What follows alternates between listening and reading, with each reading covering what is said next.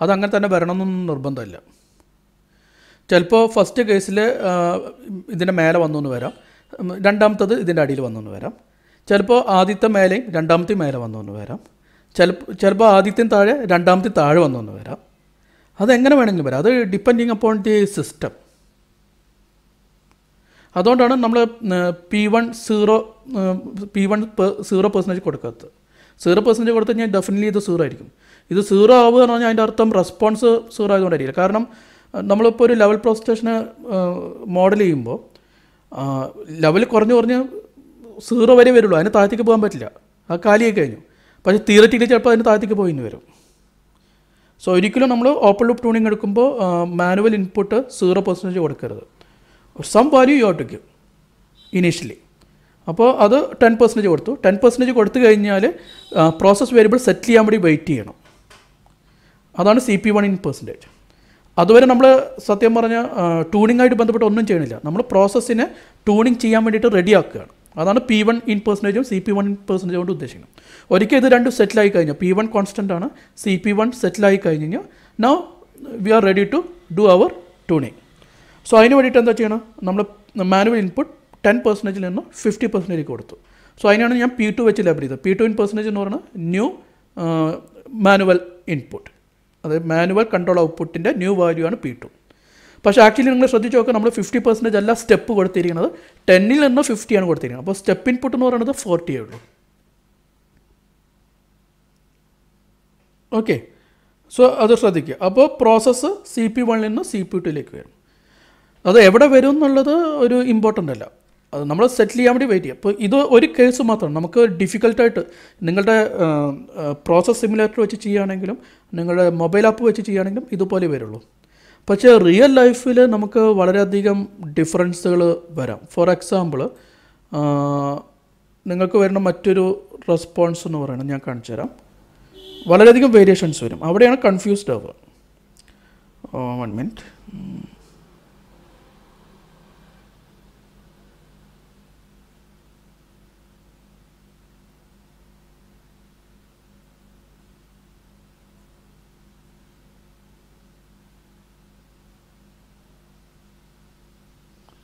Okay, so again time CP ഞാൻ P കാണിക്കുന്നില്ല, CP മാത്രം. നമ്മൾ ആദ്യം P1 കൊടുത്തു. സോ ഇത് ചേഞ്ച് ചെയ്തിട്ട് സംഭവം ഇവിടെ വന്ന് സെറ്റിൽ ചെയ്തു. Okay, so this is CP1. ഒരിക്കൽ സെറ്റിൽ ചെയ്ത് കഴിഞ്ഞാൽ ദിസ് ഈസ് CP1. സോ സംഭവം ഈ പോയിന്റിൽ വെച്ചിട്ട് നമ്മൾ P ചേഞ്ച് ചെയ്തു from P1 to P2. So ഇത് റെസ്പോണ്ട് ചെയ്യുമ്പോൾ ഈ ഒരു പോയിന്റ് മുതൽ ഇപ്പോൾ ആദ്യം ഇനീഷ്യലി സ്ലോപ്പ് കുറവായിരിക്കും, പിന്നെ ഇൻക്രീസ് ചെയ്യും. ഇൻക്രീസ് കഴിഞ്ഞാൽ അവിടെ സെറ്റിലാവില്ല, ഒന്ന് ഡിക്രീസ് ചെയ്യും, എന്നിട്ട് സെറ്റിലാവും. അപ്പോൾ ഇവിടെ സ്റ്റഡി സ്റ്റേറ്റ് വാല്യൂ അത് എടുക്കേണ്ടത്.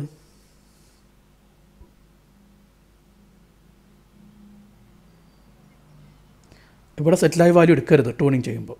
ഇവിടെ ഈ പീക്ക് വാല്യൂ ആണോ എടുക്കുക. പക്ഷേ അതിൻ്റെതായ എറർ ഉണ്ടാവും. നിങ്ങൾ സെറ്റിൽ ചെയ്ത വാല്യൂ എടുക്കുകയാണെങ്കിൽ അവിടെയും എറർ ഉണ്ടാവും. സോ ബെറ്റർ തിങ് ഈ പീക്ക് വാല്യൂ ആണ്. കാരണം നമ്മളിവിടെ മാക്സിമം സ്ലോപ്പ് വെച്ചിട്ടാണ് ടാൻജൻറ്റ് വരയ്ക്കേണ്ടത്. സോ ടാൻജൻറ്റ് വരയ്ക്കുമ്പോൾ അത് കൊളൈഡ് ചെയ്യണത് സംഭവം നമ്മൾ ഇങ്ങനൊരു ടാൻജൻറ്റ് വരയ്ക്കുകയാണെങ്കിൽ അത് കൊളൈഡ് ചെയ്യുന്നത് ഈ പോയിന്റിലായിരിക്കും. പക്ഷേ ഇതുവരെ ഇൻക്രീസ് ചെയ്തു, അത് കഴിഞ്ഞിട്ടാണ് ഡിക്രീസ് ചെയ്യണം. നോക്ക് ഇവിടെ ഒരു കർവേച്ചർ കണ്ടില്ലേ. ഓക്കെ, സോ അവിടെ അതിൻ്റേതൊരു പ്രോബ്ലം ഉണ്ട്. സോ എപ്പോഴും പീക്ക് വാല്യൂ വേണം എടുക്കാൻ. ഓക്കെ, സോ ഇങ്ങനൊരു കർവ് വരികയാണെങ്കിൽ നമ്മുടെ കേസിൽ അത് വരില്ല. ഈവൻ നമ്മുടെ ലാബിലുള്ള ലെവൽ പ്രോസസ്സിലും അത് വരില്ല. പക്ഷേ പ്രഷർ പ്രോസസ്സിലാണോ ഓപ്പൺ ലൂപ്പ് ട്യൂണിങ് ചെയ്യണതെങ്കിൽ ഓക്കെ. ടാൻജൻറ്റ് വരയ്ക്കുന്നത് സ്ലോപ്പിൽ കൂടിയാണ്. ഈ മാക്സിമം ഇൻഫ്ലക്ഷൻ ഈ പോയിൻ്റാണ് ഇൻഫ്ലക്ഷൻ പോയിൻറ്റ്. ഇവിടെ ഇപ്പോൾ നോക്കുകയാണെങ്കിൽ ഇൻഫ്ലക്ഷൻ പോയിൻറ്റ് സംഭവം ഇവിടെ ആയിരിക്കും. കാരണം ഈ പോയിൻറ്റിനേക്കാളും കൂടുതൽ സ്ലോപ്പ് ഇവിടെ വരുന്നുണ്ട്. ഓക്കെ, സോ അതിൽ കൂടെ ടാൻജൻറ്റ് വരയ്ക്കും. ടാൻജൻറ്റ് വരയ്ക്കുമ്പോൾ നമുക്ക് സ്റ്റഡി സ്റ്റേറ്റ് വാല്യൂ വരച്ച് കഴിഞ്ഞാൽ അത് ഈ പോയിൻ്റ് ആയിരിക്കും. ഓക്കെ, ഇത്രയും ടൈമാണ് വരിക. ആക്ച്വലി കർവേച്ചറും കൂടി അതിൽ കൺസിഡർ ചെയ്തേ പറ്റൂ. സോ ഇവിടെ ഡെഫിനറ്റ്ലി ഇങ്ങനത്തെ ഒരു സിറ്റുവേഷനിൽ definitely open loop tuning fail ആവും. സോ നമുക്ക് ട്യൂൺ ചെയ്യാൻ പീക്ക് വാല്യൂ ആണ് യൂസ് ചെയ്യേണ്ടത്. പക്ഷേ ആക്ച്വലി ഇവിടെ ഓപ്പൺ ലൂപ്പ് ട്യൂണിങ് യൂസ് ചെയ്യരുത്. ഇവിടെ യൂസ് ചെയ്യുന്നത് ക്ലോസ് ലൂപ്പ് ട്യൂണിങ് ആണ്. ഓക്കെ, നമുക്കൊരു ഫസ്റ്റ് ഓർഡർ റെസ്പോൺസിന് ഇക്വലൻ്റ് ആയിട്ട് റെസ്പോൺസ് വന്നാൽ മാത്രമേ ഓപ്പൺ ലൂപ്പ് ട്യൂണിങ് യൂസ് ചെയ്യാൻ പാടുള്ളൂ. അതിന് റെസ്ട്രിക്ഷൻസ് ഉണ്ട്. ഓപ്പൺ ലൂപ്പ് ട്യൂണിങ് എല്ലാ കേസിനും യൂസ് ചെയ്യരുത്. ഫസ്റ്റ് കണ്ടീഷൻ എന്ന് പറയുന്നത് the process must be A self regulating process ആയിരിക്കണം, ഫസ്റ്റ് കണ്ടീഷൻ. സെക്കൻഡ് കണ്ടീഷൻ എന്ന് പറയുന്നത് അതിന് ഫസ്റ്റ് ഓർഡർ റെസ്പോൺസിൻ്റെ ഇക്വലൻ്റ് റെസ്പോൺസ് ആയിരിക്കണം. ഈ ചിലപ്പോൾ സെക്കൻഡ് ഓർഡർ ആവാം, തേർഡ് ഓർഡർ ആവാം, പക്ഷേ ഓസിലേഷൻസ് ഉണ്ടാവരുത്. അതാണ് ഫസ്റ്റ് ഓർഡർ സിസ്റ്റത്തിൻ്റെ ഇക്വലൻസ് എന്ന് പറയുന്നത്. അതായത് ഓവർ ഡാംപ്ഡ് റെസ്പോൺസ് ആയിരിക്കണം, അണ്ടർ ഡാംപ്ഡ് റെസ്പോൺസ് ആയിരിക്കരുത്. സോ ഇവിടെ നിങ്ങൾ ശ്രദ്ധിച്ച് നോക്കിയാൽ ഇവിടെ ഒരു അണ്ടർ ഡാംപ്ഡ് ആണ്, ചെറിയൊരു ഓസിലേഷൻ വന്നു കഴിഞ്ഞു. പക്ഷേ ഇവിടെ നിങ്ങൾ ഓപ്പൺ ലൂപ്പ് ട്യൂണിങ് യൂസ് ചെയ്യുകയാണെങ്കിൽ നമുക്ക് ഈ പീക്ക് വാല്യൂ ആണ് എടുക്കേണ്ടത്, ഒരിക്കലും സ്റ്റഡി സ്റ്റേറ്റ് വാല്യൂ എടുക്കരുത്. പക്ഷേ ഡെഫിനറ്റ്ലി ഇന്നാക്യുറസി വരും. അതാണ് ഓപ്പൺ ലൂപ്പ് ട്യൂണിങ്ങിൻ്റെ ഡിസഡ്വാൻറ്റേജ് എന്ന് പറയുന്നത്.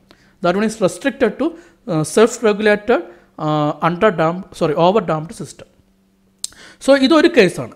അടുത്തൊരു കേസ് എന്ന് പറയുന്നത് പീക്കിൽ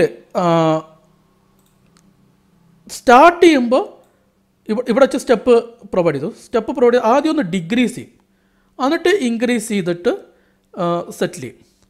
ഇവിടെ നോക്ക്, ഓവർഷൂട്ടില്ല, പക്ഷേ ഇനീഷ്യലി ഒരു അണ്ടർഷൂട്ട് ഉണ്ട്. അപ്പോൾ എന്ത് ചെയ്യും? ഈ ഒരു സ്റ്റഡി സ്റ്റേറ്റ് വാല്യൂ ആണ് CP1 ആയിട്ട് കൺസിഡർ ചെയ്യേണ്ടത്. ദെൻ ഇവിടെ സെറ്റിൽ ചെയ്ത വാല്യൂ എടുക്കേണ്ടി വരും, CP2. പക്ഷേ ഇവിടെ ഇന്നാക്യുറസി വരും, കാരണം ഇവിടെ ഓവർഷൂട്ട് മീൻസ് ഒരു അണ്ടർ ഡാംപ്ഡ് റെസ്പോൺസ് വരുന്നുണ്ട്. ഓക്കെ, കാരണം ഇവിടെ ഹൈ ഫ്രീക്വൻസി കോമ്പണൻസ് പ്രസൻ്റ് ആണ് ഇനീഷ്യലി ഓവർഷൂട്ട് വന്നത്. ഇവിടെ ലോ ഫ്രീക്വൻസി കോമ്പണൻറ്റ് പ്രസൻ്റ് ആണ്, അതുകൊണ്ടാണ് ഇവിടെ ഓവർഷൂട്ട് വന്നത്. ഓക്കെ, സോ ഇവിടെയും ഇന്നാക്യുറേറ്റ് ആയിരിക്കും open loop. Better thing is close loop tuning.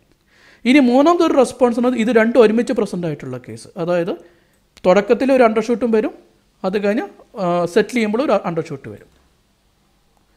So ശ്രദ്ധിക്കുക, നിങ്ങൾ ഒരു ഇൻഡസ്ട്രി പോയി നിങ്ങൾ ട്യൂണിങ് സെലക്ട് ചെയ്യുമ്പോൾ self regulated over damped system ആണെങ്കിൽ മാത്രമേ ഓപ്പൺ ലൂപ്പ് ട്യൂണിങ് ചെയ്യാൻ പാടുള്ളൂ. Otherwise don't use open loop tuning, you have to use close loop tuning. Okay, any other doubt? Okay, ഇനി മറ്റൊരു കാര്യം നിങ്ങളെല്ലാവരും ശ്രദ്ധിക്കേണ്ടത്, അഗൈൻ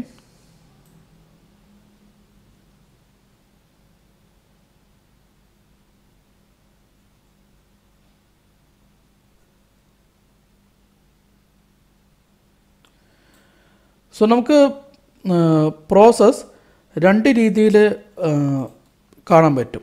നിങ്ങളെ PID കൺട്രോളർ ആയിക്കോട്ടെ, PI കൺട്രോളർ ആയിക്കോട്ടെ, രണ്ട് രീതിയിൽ കാണാൻ പറ്റും. ഒന്നെന്ന് പറയണത് P എന്ന് പറയണത് KPEP proportion, the control mode is P is equal to KPEP plus KI integral 0 to T EP dt plus KD into DEP by dt. This is one PID controller. Another one is P is equal to, in Curtis-Johnson I think it is KP into 1 plus K1 plus 1 by Ti into integral 0 to T EP dt plus TD into DEP by dt. You can see this one also. So here this 1 by Ti is Ki in Curtis-Johnson, TD is KD. Okay. So ഇവിടെ എന്താ ചെയ്യുക? നമ്മൾ ഈ tuning ചെയ്യുമ്പോൾ എന്താ ചെയ്യേണ്ടി വരിക?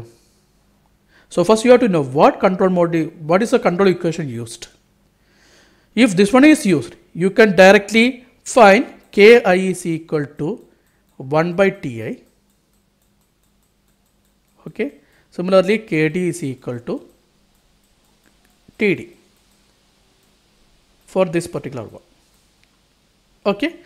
For this particular one, this is Ki is equal to If you are taking Kp to outside, what this term will become what? Ki divided by Kp, right? Okay. So please note Ki by Kp is equal to 1 by Ti. So what about Ki? Ki is equal to Kp by Ti. Okay. So please note, if you are using this equation, then Ki divided by Kp is equal to 1 by Ti, because the open loop tuning is explained with respect to this control algorithm. Okay, not for this one. Okay, so if you are using this one, you have to use Ki by Kp is equal to 1 by Ti. Similarly, Kd by Kp, if you are taking Kp to outside, then this one is similar to this one. So if you are taking Kp to outside, then this term will become Kd by Kp, that is equal to Td. So Kd by Kp is equal to Td. So please note this difference. Is it okay? So അതുകൊണ്ടാണ് ഞാൻ നിങ്ങളുടെ അടുത്ത് ഇത് ഇവിടെ വെച്ച് restrict ചെയ്തത്. ഞാൻ നിങ്ങളുടെ അടുത്ത് Ki Kd വാല്യൂ കണ്ടുപിടിക്കാൻ പറഞ്ഞിട്ടില്ല. I asked you to find Kp, Ti, Td. The remaining thing is depending upon the what algorithm you used. In some situation you can see P is equal to Kp into 1 plus Ki into integral Ep dt into 1 plus Kd into dEp by dt. So what is the difference between the second one and third one? This one is a parallel one. Kp, integral and derivative actions are in parallel. Here what is the thing? Here the integral action and Kd are in series. This one is a cascade PID controller. This one is a parallel configuration. So normally we are not discussing about this one. Okay, so in some textbook you can see this one, or in some textbook like Curtis Jones you can see this one.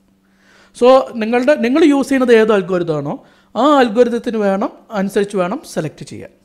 Okay, so ഞാൻ Kd value find ചെയ്യാൻ പറയണില്ല. But in real life if you are tuning the algorithm, first you have to know the algorithm. എന്ത് തരം അൽഗോരിതമാണ് use ചെയ്തിരിക്കുന്നത് എന്നുള്ളത് അറിയണം. അതിന് അനുസരിച്ച് മാത്രമേ Kd value Ti, Td value ഒന്ന് ഫൈൻഡ് ചെയ്യാൻ പാടുള്ളൂ. സോ ഫോർ എക്സാമ്പിൾ ഞാൻ നിങ്ങൾക്ക് തന്നിരിക്കുന്ന പ്രോസസ് സിമുലേറ്ററിൽ യൂസ് ചെയ്തിരിക്കുന്ന അൽഗോരിതം എന്ന് പറയുന്നത് ഇതാണ്. ഈ അൽഗോരിതമാണ് പ്രോസസ് സിമുലേറ്ററിൽ യൂസ് ചെയ്തിരിക്കുന്നത്.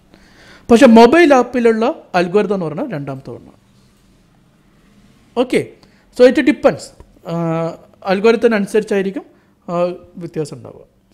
ഓക്കെ, സോ നമ്മൾ ഇതുവരെ മാത്രം ചെയ്താൽ മതി. ഈ കാര്യങ്ങൾ നിങ്ങൾ ഒരു ജനറൽ നോളജ് എന്നുള്ള രീതിയിൽ കയ്യിൽ വയ്ക്കുക. Okay, any other doubt?